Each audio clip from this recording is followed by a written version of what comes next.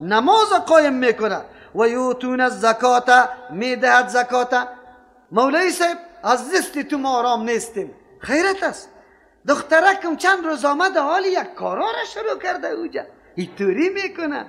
یه عجیب است. مسلم مردا واری نماز میخوانه. اینه چرا یاد داده ای تو؟ ما گفتم ما یاد ندادیم، پیغمبر الله یاد داده شد. حدیث پیغمبر او را یاد داده، ما یاد ندادیم. تو حدیث مراجعه کو که کی برش یاد داده. و یوتون الزکات، میدهد زکات. و یطیعون الله و رسوله، یا فقط اطاعت از کی میکنه؟ از الله و از رسول الله.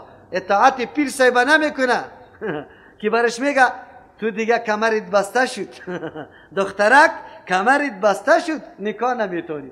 دختری جوان سر سفید میکنه، نه صاحب اولاد، نه صاحب شوهر، نه زندگی مطمئن و آرام. چرا؟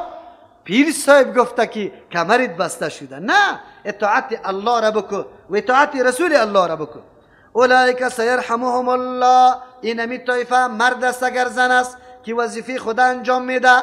کدام وظیفه است؟ امر بالمعروف، نهی عن المنکر، اقامت درست نماز، دادن زکات و کمال تابعداری از الله و کی؟ رسول الله. الله نصیب ما بکنه. این کدام طایفه است؟ الله اعلان میکنه اولئک، این نمی مردما که نمی صفتا را داراست، سیرحمهم الله، زود است که مورد رحم خود قرار بده این مردم. کی؟ الله. رحم الله که سری آدم شوه دیگه غم داری؟ ما محتاج رحم الله هستیم. الله ما را از رحم خود محروم نسازه.